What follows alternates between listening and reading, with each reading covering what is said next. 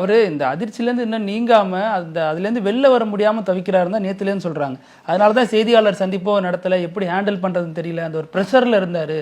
அதனால தான் ஒரு அறிக்கை போட்டார். இப்போ மறுபடியும் வந்து நம்ம பேசுறதுக்கு 40 நிமிஷம் முன்னாடி மீண்டும் ஒரு அறிக்கை ட்விட்டர்ல போட்டிருக்காரு. அதுல 20 லட்சம் இறந்தவங்களுக்கு கொடுக்குறோம் அப்படிங்கிற மாதிரிலாம் நிறைய. அதை நான் வரவேற்கிறேன். 20 லட்சத்தை வாங்கிட்டு திருப்பி செத்த உயிர் வராது, அது அவரே சொல்றாரு. ரைட்டா? அது இவரும் இல்லை, எவர் எல்லாருக்குமே சொல்றாரு, அது நடக்காது. பிரதமர் வரைக்கும் கொடுத்துருக்காரு, எல்லாம் கொடுத்துருக்காரு. எங்கள் தலைவர் சொல்லியிருக்காரு 10 லட்சம் பத்தாது, கவர்மெண்ட்டே சொல்றாரு 50 லட்சம் கொடுன்றாரு. எங்கள் தலைவர் சொல்றது கரெக்ட், ரைட்டா? இவன் கொடுக்குறான் கொடுக்கல அதை விட்டுங்க, போன உயிர் போனது. நான் கேட்கிறேன், நக்கீரன் தொலைக்காட்சி மூலமாக விஜயை பார்த்து கேட்கிறேன், ஒன்றும் அறியாத அந்த ஜனம் உன்னைய மட்டுமே நம்பி வந்துச்சு 39 உயிர். இந்த உயிருக்கு யார் பொறுப்பு? எனக்கு அதை மட்டும் சொல்லுங்க. யாருங்க பொறுப்பு? வருதானங்க பொறுப்பு. இதுல கூட்டு பொறுப்பு அரசுக்கும் இருக்குதானே? அரசு தெளிவாக சொல்லிருச்சு, நீ இந்த டயத்துக்கு வந்தா அந்த டயத்துக்கு வந்துட்டு போ. கரெக்டாக டயத்தை மீறி லேட்டாக வந்தது யாரு? நான் லேட்டாக வந்தது இதுதான காரணம்னு சொல்லு. அதுவும் சொல்ல மாட்டேன். நான் உனக்கு கேட்க ப்ராக்டிக்கலாக சொல்கிறேன் பிரதர். நீ நாமக்கல்ல பேசினே இல்லை, முடிச்சிட்டே இல்லை, அடுத்து கோயம்புத்தூர் லேட் ஆயிடுச்சுல.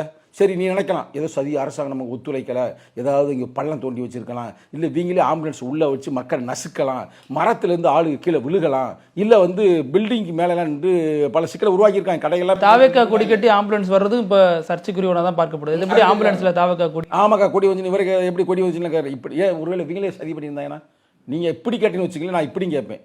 அவன் கட்சிக்குள்ளேயே நம்ம தலைவனோட இது ஃபோக்கஸ் ஆகணும்ல. ஏன்னா ஸ்ட்ராட்டஜிஸ்ட் வேற பக்கத்தில் இருக்கிறேன். ஸ்ட்ராட்டஜிஸ்ட் வேலையே என்னன்னா ஏர்போர்ட்டை முடக்கணும், எல்லாம் ஏர்போர்ட்டை நோக்கி வாங்க. செஞ்சாங்களா செய்யலையா? செஞ்சாங்கல்ல. அதே மாதிரி இது மாதிரி ஒரு 4-5 பேர் அப்படி நசுக்கி போயிட்டாங்கன்னா சூப்பர்னு ஏன் அவங்க செஞ்சிடக்கூடாது? அதனால தான் தமிழக முதல்வர் முன்னுணர்ந்து தனியாக ஒரு ஆணையத்தை உருவாக்கி இருக்கிறார். அருணா ஜெகதீசன், நேர்மையான அந்த பெண்மகள், அவங்க ரிப்போர்ட் கொடுக்க போறாங்க. இல்லை அதில் உனக்கு நம்பிக்கை இல்லையா? நீ எதையாவது கேளு. உனக்கு நம்பிக்கைன்னு வச்சுக்க, நீ ஓகே. சிபிஐ கேளு. வாய முடிவு கடந்தேன்னு என்ன அர்த்தம்? நீ நேர வாப்பா, எனக்கு நம்பிக்கை இல்லை, எனக்கு டவுட் இருக்கு, அப்போ சொல்லு உண்மைய.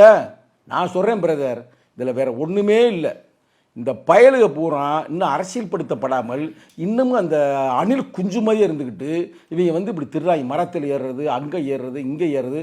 அவனை அரசியல்படுத்து. எங்கள் தலைவர் சொல்லுவாருங்க, கற்றலும் கற்பித்தலும் கடமையாதல் வேண்டும், அந்த கடமையில் தலைவர்கள் உருவாதல் வேண்டும் சொல்லுவார். மேடைக்கு மேடை என்ன சொல்லுவார்? நான் தொண்டனை உருவாக்க வரவில்லை, நான் தலைவர்களை உருவாக்க வந்திருக்கிறேன்றாரு.